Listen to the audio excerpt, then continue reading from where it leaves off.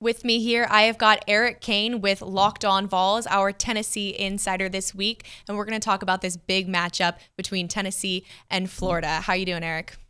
Yeah, I'm doing well. Happy to be here.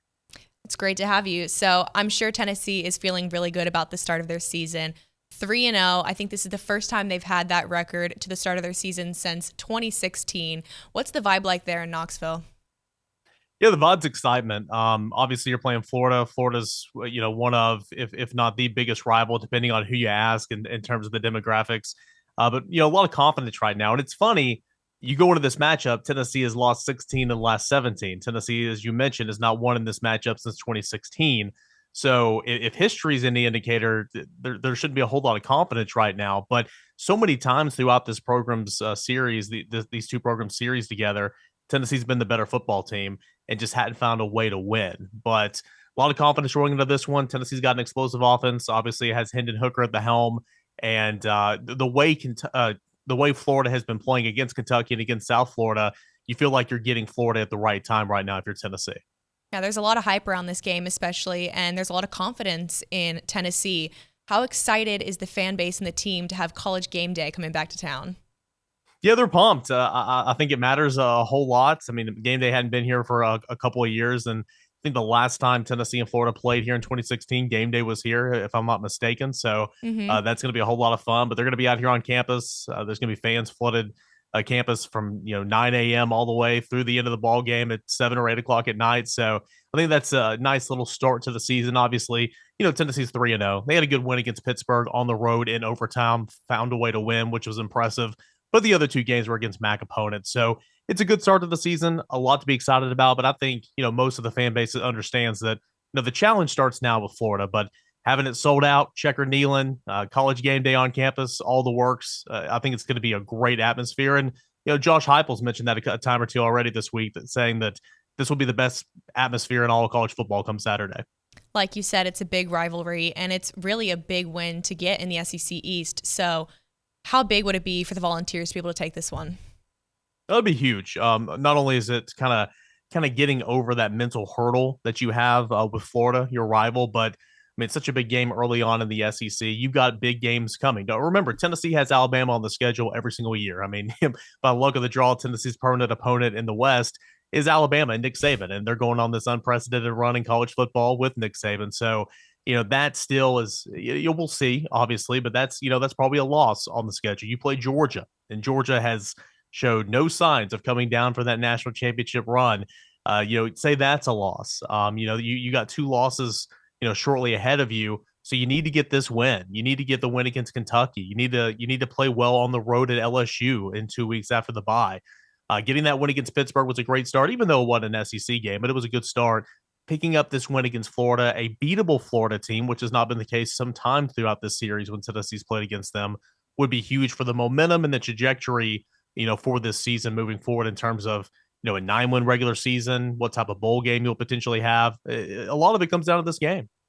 Absolutely. And Hendon Hooker is really making a name for himself as Tennessee's quarterback. And I've even heard some talk about him being a Heisman potential. So what would you say is his biggest strength really going into this first SEC matchup?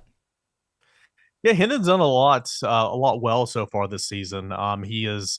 It's kind of funny if you go back and watch the starts against Ball State. When I say starts, I mean the first couple of series: Ball State, Pittsburgh, and Akron. He's not been very good. He's been inaccurate. He's struggled with his rating and all that. But shortly after those first couple of series, he's been dynamite. You look at his overall stats so far this season, and they're really good. He's played really well this season, despite getting off to some slower starts. I think that'll be big in this football game. Florida's obviously a good enough team to where if you get off to a slow start, they might bury you. So you need to avoid that. But, Hendon's been really good throwing the ball down the field. Obviously, Cedric Tillman, who got banged up last week, we'll see about his status as the week goes on.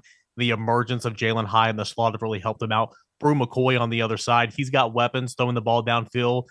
His legs, I think, could be something that Tennessee utilizes in this football game. The ability, like Anthony Richardson on the other side, to run with the quarterback. He can kind of just do it all, and he doesn't make many mistakes. He's not thrown many interceptions whatsoever. He actually holds a Tennessee program record for most pass attempts without an interception thrown, and that's ongoing right now. So he's smart, a good leader. He's got all the tools, and they're kind of They've been on display so far through the first 3 weeks of the season. Obviously, if Tennessee wins, Hendon Hooker will have a good game. Well, Florida is coming into this game after a close win against USF, and it really seems like Billy Napier needs to get Anthony Richardson going. So, what do you think, weaknesses wise, Florida is going to be looking at? And, well, Josh Heupel is going to be looking at in Florida, and they want to exploit from Florida. Well, as far as looking at weaknesses in Florida, Anthony Richardson so far this season has shown that he cannot throw the football, when kept bottled up inside the pocket. Right. I think Kentucky really kind of had the blueprint: keep him between the tackles, make him win the football game with his arm. And Tennessee's going to try to follow that blueprint. I think it's going to be a huge game for the defensive ends and Byron Young and Tyler Barron to keep the edges set and force everything inside. And I think that's kind of the path to victory there. Also, Tennessee's going to have to slow down that run game. Florida has been, it was such a good win for Florida in week one, but even in that win, Anthony Richardson didn't throw the football. So I think it's all about making Richardson throw the football. On the contrary, if you're looking at weaknesses within Tennessee to try to get Richardson and Florida going offensively, Tennessee struggled to, bring down the mobile quarterback last season. Kenny Pickett ran all over him. Matt Corral ran all over him. Emory Jones ran all over him. Tennessee hasn't been tested in that regard so far this season. Keaton Slovis and his backup when they were in the football game, they weren't mobile, obviously playing a little injured as well. DJ Irons last week for Akron is a dual threat quarterback, but he wasn't mobile. He's a bit banged up as well.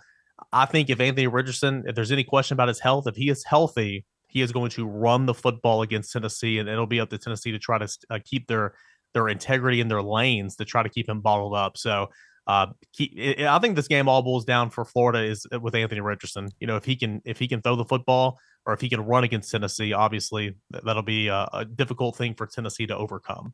It'll be interesting to see how that plays out. So, I want to put you on the spot here, but what do you think your score prediction is going to be for this game? What's the under over? Oh gosh. Yeah. usually I'll wait till the very end of the week to do this. I know the spread at the time being right now is about 11. This series is always so close. I don't buy into Tennessee covering that spread whatsoever. I think health is a big issue for Tennessee this week. Will Cedric Tillman go? What about Jabari Small and Dylan Sampson in the backfield? Those are big question marks for Tennessee. With all that said, I still like Tennessee in this football game, and I know so many fans here in Knoxville and who root for Tennessee have this thing called battered Vols syndrome, where they say, "Well, you've been the better team so many times, you just can't quite get over the hump." I like Tennessee's team better this year. Florida's been challenged a whole lot more than Tennessee. There's no doubt about it. But I think this offense is just something that is not going to be able to be slowed down to an extent, obviously. But I think this offense is going to prevail, with the other receivers, with the run game. I mean, there's going to be opportunities to run the football against Florida. So, we'll see. I like Tennessee maybe 34 to 27, 34 to 24, somewhere around that 10 to 4 point range. But I like Tennessee to win this one. I really do. And I guess, we'll see if I'm a fool come Monday.